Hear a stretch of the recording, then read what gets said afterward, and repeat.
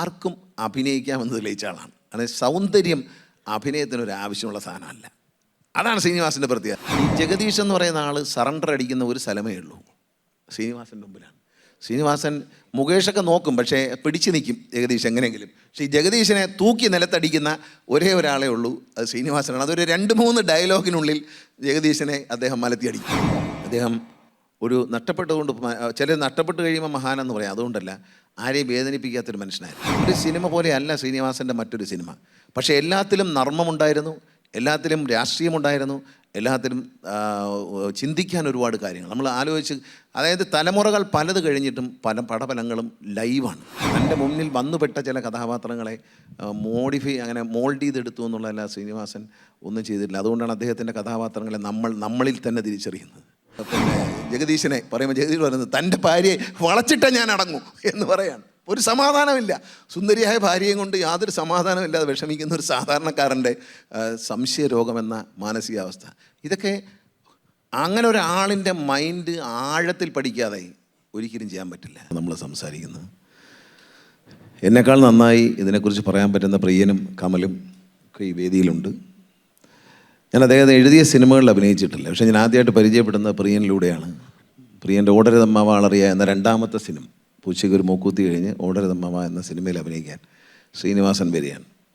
ശ്രീനിവാസൻ അതിന് മുമ്പ് മണിമുഴക്കം എന്നൊരു സിനിമയിൽ ഞാൻ കണ്ടിട്ടുണ്ട്. അന്ന് എൻ്റെ വല്യച്ഛൻ അവാർഡ് കമ്മിറ്റിയിൽ അംഗമായിരുന്നു.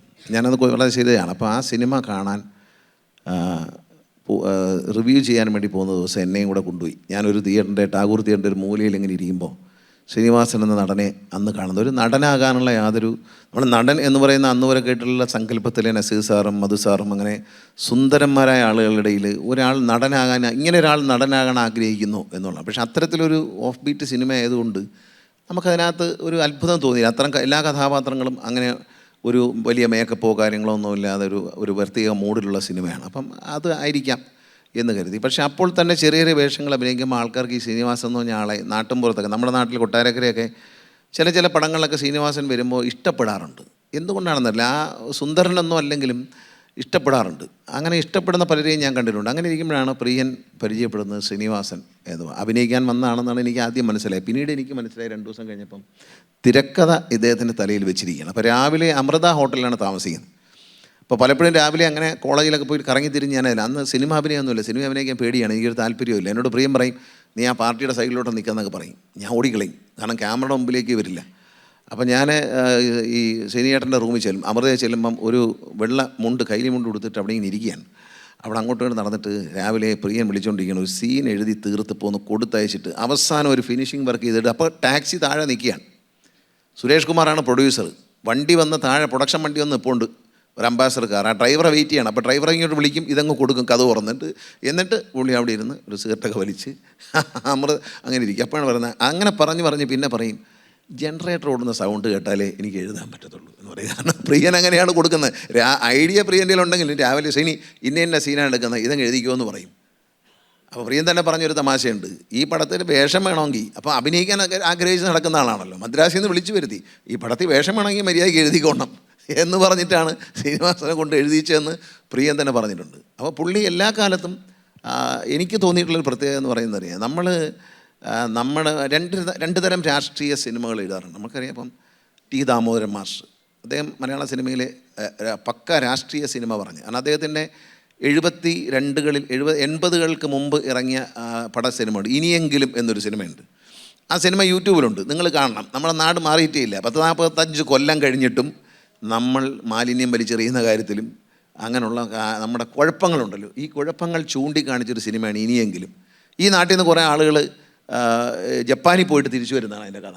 അപ്പോൾ ജപ്പാനിൽ പോയിട്ട് തിരിച്ചുമ്പോൾ തിരുത്തിക്കളയാം എന്ന് അവർ തീരുമാനിക്കുകയാണ്. പക്ഷേ തിരുത്താൻ പറ്റില്ല, കാരണം നമ്മുടെ ആളുകളെ അന്ന് ചൂണ്ടിക്കാണിക്കുന്ന എല്ലാ തൊഴിൽ സമരങ്ങളും എല്ലാം ഉണ്ട്. ഈ നാട് എന്ന സിനിമയുണ്ട്, ചാണകം തലയിൽ കയറ്റിയിട്ട് ഒരു കർഷകൻ നടന്നു വരും. അപ്പോൾ പറയും, ഇതെന്താ തലയിലെന്ന് ചോദിക്കാൻ പറയും, ഇത് വളം ചാണകം വയലിലിടാൻ പറ്റില്ല, ഇത് ചുമട്ടുകാരുടെ ജോലിയാണ്, താഴെ ഇറക്ക് എന്ന് പറയുന്ന അവിടെ നിന്ന് നമ്മളിപ്പോഴും മാറിയിട്ടില്ല. അപ്പോൾ ഇത്തരം പച്ചയായ ശക്തമായ രാഷ്ട്രീയം പറഞ്ഞ സിനിമകളുണ്ട്. അതുപോലെ രഞ്ജി പണിക്കർ രാഷ്ട്രീയത്തിൽ ആഞ്ഞടിച്ച സിനിമകളുണ്ട്, ഇങ്ങനെ സംഭാഷണത്തിലൂടെയൊക്കെ ഇങ്ങനെ ഡയറക്റ്റായിട്ട് അറ്റാക്ക് ചെയ്യുന്നത്. പക്ഷേ ശ്രീനിവാസൻ എന്ന രാഷ്ട്രീയ എഴുത്തുകാരൻ, ശ്രീനിവാസൻ്റെ എല്ലാ സിനിമയ്ക്കും ഒരു രാഷ്ട്രീയമുണ്ട്, ഒരു സാമൂഹിക പ്രതിബദ്ധതയുണ്ട്. ആ പ്രതിബദ്ധത കുടുംബ കഥകളിലൂടെയും വീട്ടിലെ രംഗങ്ങളിലൂടെയാണ്. ഇപ്പോൾ ഇവിടെ നമ്മളൊരു സീൻ കണ്ടുകൊണ്ടിരിക്കുകയായിരുന്നു. തിലകൻ ചേട്ടൻ പുറമെ വന്ന് മോനെ എന്ന് വിളിക്കുമ്പോൾ അനക്കം കേട്ടിട്ട് ചാടി എണ്ണിച്ചിട്ട് അയ്യോ ഞാൻ വിചാരിച്ചു ഏതോ മൂർഷ മുതലാളിയാണ് വന്നതെന്ന് വിചാരിച്ചു എന്ന് പറയുന്ന ആ ഒരു റിയാക്ഷൻ ഉണ്ടല്ലോ, ഒരു വീട്ടിനകത്താണ്, സമൂഹത്തിലല്ല, ഒരു വീട്ടിനകത്താണ്. അത് കാണുമ്പോൾ നമ്മൾ വല്ലാതെ ഒരു സമൂഹത്തെയാണ്, ആ വീട്ടിൻ്റെ ഉള്ളിൽ ഒരു സമൂഹത്തെ ആവാഹിക്കുകയാണ്. ദീർഘവീക്ഷണമുള്ള ഒരു രാഷ്ട്രീയ എഴുത്തുകാരനാണ്. കേരളത്തിലെ 2 മുന്നണികളെക്കുറിച്ചാണ് ഞാൻ തുറന്നു പറയാൻ കേട്ടോ, രാഷ്ട്രീയമായിട്ട് പറയുന്നതല്ല, ഞാനൊരു മുന്നണിയിലും ഇല്ലാതെ സംസാരിക്കുകയാണ്. ഇവിടെ ഇപ്പം ഞാൻ കലാകാരനായിട്ടാണ് സംസാരിക്കുന്നത്, മന്ത്രിയായിട്ടല്ല, രാഷ്ട്രീയക്കാരനായിട്ടുമല്ല. ആ സിനിമയിൽ, സന്ദേശം എന്ന സിനിമയിൽ 2 പേരാണ്. ഒന്ന് UDF ഒന്ന് LDF ആണ് കാണിക്കുന്നത്, ജയറാമും ശ്രീനിവാസനും. അങ്ങനെ 2 പക്ഷമാണ് കേരളത്തിൽ, അതിനെ സിംബോളിക്കായിട്ട് കാണിച്ചിരിക്കാൻ. അതിനിടയിൽ ഒരു മൂന്നാമത്തെ ഒരു സാധനം BJP ആണ്. അതിങ്ങനെ വളർന്നു വരുന്നൊരു കാലം. അത് ശ്രീനിവാസൻ മുന്നേ കണ്ടു. ഒരു ചെറിയ പയ്യനാ, അനിയനൊരു പയ്യനുണ്ട്, ഞങ്ങൾ അസ്വസ്ഥരാണ് എന്നൊക്കെ പറഞ്ഞിട്ട് അയാൾ യദുകൃഷ്ണൻ വരുന്നുണ്ട്. അപ്പം അങ്ങനെ കഥാപാത്രത്തിന് ആ സിനിമയിൽ ശരിക്കും ആവശ്യമില്ല, ഒരു അനിയനാകാം. പക്ഷേ അനിയൻ പറയുന്നത് ഞങ്ങൾ അസ്വസ്ഥരാണ്, ഞങ്ങൾ കാണിച്ചു തരാം എന്ന് പറഞ്ഞ് വേറൊരു ടീം അവിടെ ഇങ്ങനെ മുളച്ചു വരുന്നു, അവിടെ ചെറുതായിട്ട് മുളച്ചു വരുന്നു എന്നുള്ളത് അന്ന് കണ്ടു എന്നുള്ളതാണ്. അന്ന് ശരിക്കും എല്ലാ സീറ്റിൽ മത്സരിക്കുകയും അവർ കെട്ടിവെച്ച കാശ് കിട്ടാതെ തോക്കുകയും ചെയ്യുന്നൊരു കാലം ഉണ്ടായിരുന്നു. അപ്പോൾ ആ കാലം അതാണ് കാണിക്കുന്നത്. ഇത് ശ്രീനിവാസനെ പോലെ ഒരാളുടെ ദീർഘവീക്ഷണം. അതുപോലെ വരവേൽപ്പ് എന്ന സിനിമ, അദ്ദേഹത്തിൻ്റെ പിതാവ് എന്നോട് പറഞ്ഞിട്ടുണ്ട്, ഒരു ബസ് വാങ്ങിച്ചിരുന്നു, അതിൻ്റെ ദുരിതങ്ങൾ മുഴുവൻ അനുഭവിച്ചാണ്, അതാണ് വരവേൽപ്പായി മാറിയത്. ജീവിതത്തിലെ അനുഭവങ്ങൾ, സന്മനസ്സുള്ളവർക്ക് സമാധാനം, വീട് വാടകയ്ക്ക് കൊടുത്ത് ഒഴിഞ്ഞു കിട്ടാതെ വരുമ്പോൾ ഉള്ള ഗോപാലകൃഷ്ണൻ നായരുടെ ഒരു ബുദ്ധിമുട്ട്, TP ബാലഗോപാലൻ MA നമുക്കറിയാം. അതാ സിനിമ ഒരു സാധാരണ സർക്കാർ ജീവനക്കാരൻ്റെ വീട് എന്നൊരു സ്വപ്നത്തിന് വേണ്ടി ഇറങ്ങുകയാണ്. അവിടെയാണ് പലരെയും കാണിക്കുന്നുണ്ട്. അമ്മൂമ്മ വീട്ടിലിരുന്നിട്ട് അമ്മേ ദേവി ഇപ്പം വലിയ വലിയ വഴിപാടുകൾ നേരെയാണ്, കൊടുക്കാൻ പൈസയില്ല, വീടൊന്നും കൂട്ടിമുട്ടിക്കാൻ ഒരു പാവപ്പെട്ട സർക്കാർ ജീവനക്കാരൻ അനുഭവിക്കുന്ന ബുദ്ധിമുട്ടിൻ്റെ ഇടയിൽ ഒരു സാധാരണ പ്രൈവറ്റ് കമ്പനിയിൽ ജോലി ചെയ്യുന്ന ഒരാൾ, സർക്കാർ ജീവനക്കാരനും അല്ല, ഒരു പ്രൈവറ്റ് കമ്പനിയിൽ ജോലി ചെയ്യുന്ന, ഒരു മാർക്കറ്റിങ്ങിൽ ജോലി ചെയ്യുന്ന ഒരു ചെറുപ്പക്കാരൻ ആ വീടൊന്ന് കൂട്ടി എല്ലാവരെയും സ്നേഹത്തോടൊന്ന് കൂട്ടിമുട്ടിക്കാൻ നോക്കുമ്പോഴാണ് പപ്പുവട്ടൻ വന്ന് പറയേണ്ട ഒരു ബസ് മറിഞ്ഞൊരു വാഴയിൽ തട്ടി നിന്ന് മുത്തശ്ശി എന്ന് വിളിച്ചു. ഈ സൈസ് ആൾക്കാരുണ്ട്, നമ്മൾ കാണുന്ന ആളുകളാണ്. ശ്രീനിവാസൻ്റെ കഥകളിൽ നമ്മൾ കാണുന്ന ആൾക്കാരാണ്. യാത്രക്കാരെ ശ്രദ്ധിക്കുന്നുള്ള സിനിമയിൽ ഒരു സന്യാസി വരും. ഇതുപോലൊരു ബന്ധു എനിക്കുണ്ട്, അദ്ദേഹം സന്യാസം സ്വീകരിച്ചു. ഞാൻ അത്ഭുതപ്പെട്ടു, ഇത് ശ്രീനിയേട്ടൻ ഇതെങ്ങനെ അറിഞ്ഞു? നമ്മൾ വീട്ടിനകത്ത് ഒളിഞ്ഞു നോക്കിയോ സംശയം ഉണ്ടായി. കാരണം ഇദ്ദേഹത്തിന് പെട്ടെന്ന് ശ്രീനിവാസൻ പറയും, എൻ്റെ അച്ഛൻ പെട്ടെന്ന് പറഞ്ഞു കഴിയുമ്പോൾ സ്വത്ത് തന്നില്ല എന്ന് പറയുമ്പോൾ പെട്ടെന്ന് അച്ഛനോ ദ്രോഹി മഹാഭാവി, അയാളെ അങ്ങനെ കുറേ ചീത്ത, സ്വന്തം അച്ഛനെ തന്നെ ചീത്ത പറയും. ഇതുപോലെ ഒരു സന്യാസി എൻ്റെ വീട്ടിലുണ്ടായിരുന്നു. ആ സന്യാസിയെ ഞാൻ പെട്ടെന്ന് തിരിച്ചറിഞ്ഞു. കാരണം ഈ പല കഥാപാത്രങ്ങളും നമ്മൾക്ക് ശ്രീനിയേട്ടൻ പറഞ്ഞ കഥാപാത്രങ്ങൾ നമ്മുടെ ഇടയിൽ കാണാം, നമ്മളിൽ തന്നെ കാണാം. ഒരു തമാശ പറയാൻ അറിഞ്ഞുകൂടാത്തതുകൊണ്ട് മലയാള മനോരമ ആഴ്ചപ്പതിപ്പിലെ ഫലിത ബിന്ദുക്കൾ വായിച്ചുകൊണ്ട് ബാർബർ ഷാപ്പാണെന്ന് കരുതി ഹോട്ടലിൽ കയറിയ ആൾ 2 കട്ടിങ്ങും ഒരു കട്ടിങ്ങും ഒരു ഷേവിങ്ങും എന്ന് പറഞ്ഞു എന്ന് പറയുന്ന പോലെയുള്ള ഭാര്യയെ ചിരിപ്പിക്കാൻ വേണ്ടിയുള്ള മണ്ടൻ തമാശകൾ പറയുന്നതും, അങ്ങനെ ഓരോ സിനിമകളും നമ്മൾ പ്രിയദർശന് വേണ്ടി തിരക്കഥ എഴുതുമ്പോൾ അതിനനുസരിച്ച് ബോയിങ് എന്ന സിനിമയുടെ കഥ പ്രിയൻ്റെ കഥാതന്തുവൊക്കെ പ്രിയൻ പറഞ്ഞു കൊടുക്കുമെങ്കിലും ഒരു സീൻ ഓർഡറൊക്കെ പറഞ്ഞു കൊടുത്താലും അത് എഴുതി അതിനെ ഏറ്റവും കൺഫ്യൂസിങ് ആയിട്ടുള്ള പ്രിയൻ്റെ സിനിമയാണ് ബോയിങ്. ആ സിനിമയൊക്കെ എഴുതുക എന്ന് പറയുന്നതും ഷൂട്ട് ചെയ്യുക എന്ന് പറയുന്നതും ഭയങ്കര ഒരു സംഭവമാണ്. അത്തരത്തിലുള്ള ഒരുപാട് പ്രതിഭകൾ. ഒരു സിനിമ പോലെയല്ല ശ്രീനിവാസൻ്റെ മറ്റൊരു സിനിമ, പക്ഷേ എല്ലാത്തിലും നർമ്മമുണ്ടായിരുന്നു, എല്ലാത്തിലും രാഷ്ട്രീയമുണ്ടായിരുന്നു, എല്ലാത്തിലും ചിന്തിക്കാൻ ഒരുപാട് കാര്യങ്ങൾ നമ്മൾ ആലോചിച്ച്. അതായത് തലമുറകൾ പലത് കഴിഞ്ഞിട്ടും പല പടഫലങ്ങളും ലൈവാണ്, എല്ലാ പടങ്ങളും ലൈവാണെന്നുള്ളതാണ്. അപ്പോൾ അത്തരത്തിലുള്ളൊരു വ്യക്തിയാണ് നമ്മൾ നഷ്ടപ്പെട്ടത്. അദ്ദേഹം ഒരു നഷ്ടപ്പെട്ടതുകൊണ്ട്, ചിലർ നഷ്ടപ്പെട്ട് കഴിയുമ്പോൾ മഹാനെന്ന് പറയാം, അതുകൊണ്ടല്ല, ആരെയും വേദനിപ്പിക്കാത്തൊരു മനുഷ്യനായിരുന്നു. ഏതൊരു കാര്യവും നമുക്ക് തരേണ്ട നമുക്കൊരു കുത്ത് തരണമെന്ന് വിചാരിച്ചാലും അത് ചിരിച്ചുകൊണ്ട് കുത്തുകയും അത് കഴിഞ്ഞ് പൊട്ടിച്ചിരിക്കുകയും ചെയ്യും. ഞാൻ നിങ്ങളെ കുത്തിയതാണ് എന്ന് നമ്മളെ കളിയാക്കി ഒരു തമാശ പറഞ്ഞാൽ. ഏറ്റവും രസകരമായ സംഭവം ജഗദീഷ്, ശ്രീനിവാസൻ, പ്രിയനിത് ഇവരെ പടത്തിലിടുന്നതന്നെ ഇത് ആസ്വദിക്കാനാണ്. ജഗദീഷ്, ശ്രീനിവാസൻ, മുകേഷ്, ഈ 3 പേരെയും കൂടെ ഒരു സ്ഥലത്ത് ഇരുത്തിയിട്ട് വൈകിട്ടങ്ങ് ഇരുത്തി കൊടുക്കും. ഷൂട്ടിങ് കഴിഞ്ഞ് വന്നാൽ ഇവരെ അങ്ങ് അഴിച്ചു വിടുകയാണ്. ഇവരെ അഴിച്ചു വിട്ട് കഴിഞ്ഞാൽ ഈ ജഗദീഷ് എന്ന് പറയുന്ന ആൾ സറണ്ടർ അടിക്കുന്ന ഒരു സ്ഥലമേ ഉള്ളൂ, ശ്രീനിവാസൻ്റെ മുമ്പിലാണ്. ശ്രീനിവാസൻ മുകേഷൊക്കെ നോക്കും, പക്ഷേ പിടിച്ചു നിൽക്കും ജഗദീഷ് എങ്ങനെയെങ്കിലും. പക്ഷേ ഈ ജഗദീഷിനെ തൂക്കി നിലത്തടിക്കുന്ന ഒരേ ഒരാളേ ഉള്ളൂ, അത് ശ്രീനിവാസനാണ്. അതൊരു 2-3 ഡയലോഗിനുള്ളിൽ ജഗദീഷിനെ അദ്ദേഹം മലത്തിയടിക്കും. ഈ ഗുസ്തി പോലെയാണ്. തമാശ കാര്യമായാലും പറഞ്ഞു വരുമ്പോൾ ജഗദീഷ് എന്തെങ്കിലും പറഞ്ഞ് ബഹളം വെച്ച് ഒച്ചയെടുത്തൊക്കെ രക്ഷപ്പെടും. പക്ഷേ ജഗദീഷിനെ ഒരൊറ്റയടിക്ക് തൂക്കി നിലത്തടിക്കുന്ന ഒറ്റയാളേ ഉള്ളത് ശ്രീനിവാസനാണ്. അപ്പോൾ അങ്ങനെ ശ്രീനിവാസൻ എന്ന് പറയുന്ന ആൾ ഒരു പലതരത്തിലും വ്യക്തി ജീവിതത്തിലും എഴുത്തുകാരെന്ന നിലയിലും നടനെന്ന നിലയിലും ഒരു വ്യത്യസ്തനായിരുന്നു. ആർക്കും അഭിനയിക്കാമെന്ന് തെളിയിച്ച ആളാണ്. അതായത് സൗന്ദര്യം അഭിനയത്തിനൊരു ആവശ്യമുള്ള സാധനമല്ല. അതാണ് ശ്രീനിവാസൻ്റെ പ്രത്യേകത. അദ്ദേഹത്തിൻ്റെ റോളുകളൊക്കെ നെഗറ്റീവാണ്. കാരണം സ്വയം കളിയാക്കുകയും നമുക്ക് ഓർത്തോർത്ത് ചിരിക്കാൻ പറ്റുന്ന രീതിയിൽ സ്വന്തമായ ഒരാളെ കളിയാക്കുകയും ചെയ്യുന്ന പാർവതിയോടൊപ്പം നിന്ന് ഫോട്ടോ എടുക്കുമ്പോൾ ഒരു പൊങ്ങലുണ്ട്. സ്റ്റുഡിയോയിൽ മാമുക്കോടെ മുന്നിൽ ഒരു പൊങ്ങലുണ്ട്. അതൊക്കെ മനുഷ്യൻ്റെ ഉള്ളിൽ ഉണങ്ങുന്ന വികാരങ്ങളാണ്. അപകർഷതാബോധം, നമ്മുടെ ചില കോംപ്ലക്സുകളും എല്ലാവർക്കും ഉണ്ട്, നിങ്ങൾക്കും ഉണ്ട്, എനിക്കും ഉണ്ട്, എല്ലാവർക്കും ഉണ്ട്. നമ്മുടെ ഉള്ളിൽ ഉറങ്ങുന്ന കോംപ്ലക്സുകളെ തിരിച്ചറിഞ്ഞ് അത് പരസ്യമായിട്ട് കാണിച്ചു തരിക. ഒരു ഒലക്ക കിട്ടുമോ എന്ന് ചോദിച്ച് ഇറങ്ങി വരുന്നുണ്ട്. ഓടി വന്ന് റിസപ്ഷനിൽ വന്നിട്ട് ചോദിക്കുക, ഒലക്ക. അമ്മായിപ്പനെ തലയടിച്ച് കൂട്ടിയാലും സംശയം എന്ന രോഗം നമ്മളറിയാം. പല കുടുംബജീവിതത്തിൽ ലോകത്തെ ഏറ്റവും അപകടം പിടിച്ച രോഗം സംശയം എന്ന രോഗമാണ്. ആ സംശയം എന്ന രോഗം ഒരാളെ എങ്ങനെ ഒരു വീട്ടിലും ഒരു പ്രദേശത്തും എന്തൊക്കെ ദോഷം ഉണ്ടാകുന്നു. മുമ്പിൽ കൂടെ ഇങ്ങനെ സൈക്കിളിൽ പോകുന്ന പിന്നെ ജഗദീശനെ പറയുമ്പോൾ ജഗദീഷ് പറയുന്നത്, തൻ്റെ ഭാര്യയെ വളച്ചിട്ടേ ഞാൻ അടങ്ങൂ എന്ന് പറയാണ്. ഒരു സമാധാനമില്ല.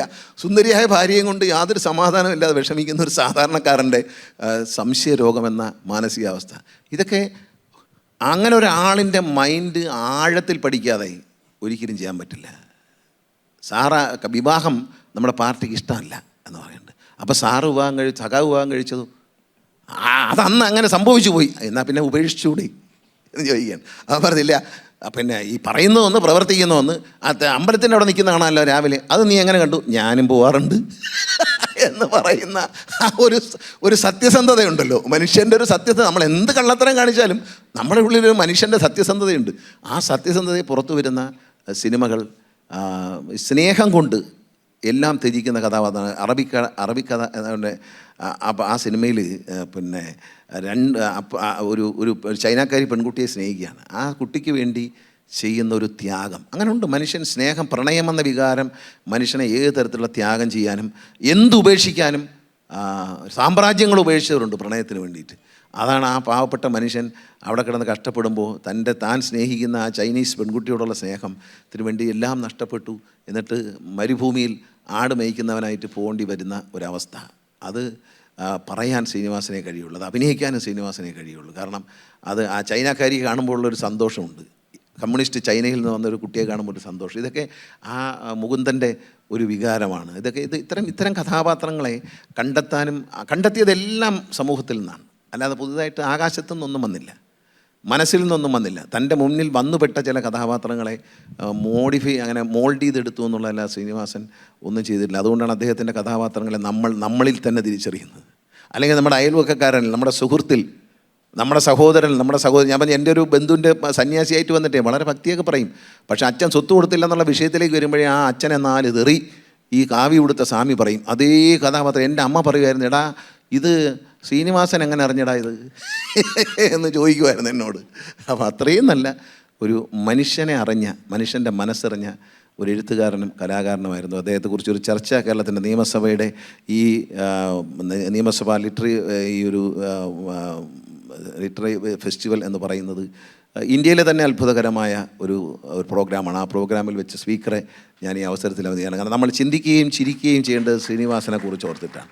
ആ ശ്രീനിവാസൻ ഒരു സബ്ജക്റ്റാക്കി മാറ്റുകയും അതിൽ പ്രിയദർശനെ പോലെ, പ്രേംകുമാർ, കമലിനെ പോലെയുള്ള പ്രമുഖ വ്യക്തികളെ ഇവിടെ എത്തിക്കാൻ കഴിഞ്ഞു എന്ന് പറയുന്നത് നിയമസഭാ സ്പീക്കറുടെ ഒരു വലിയ കഴിവായി ഞാൻ അതിനെ കാണുകയാണ്. ഇതൊരു നല്ല ചർച്ചയാവട്ടെ. അടുത്തത് മോഡറേറ്റർ കാര്യങ്ങൾ പറഞ്ഞു തുടങ്ങും. പിന്നെ ഇടയ്ക്ക് വല്ലവരുണ്ടെങ്കിൽ അപ്പോഴും പറയാം. ഞാൻ തുടങ്ങി വെച്ചു എന്നേ ഉള്ളൂ. ഒരു ഡിസ്കഷനിൽ വളരെ ഒരു എൻട്രി എത്രത്തോളം ഈസി ആക്കുന്നു എന്നുള്ളത് അതാണ് ശ്രീ കെ വി ഗണേഷ് കുമാറിൻ്റെ ഏറ്റവും വലിയ പ്രത്യേകത. പറയുന്നതിലൊന്നും നമുക്ക് കളയാനില്ല. എല്ലാവരും ഒരു മാലപ്പടക്കം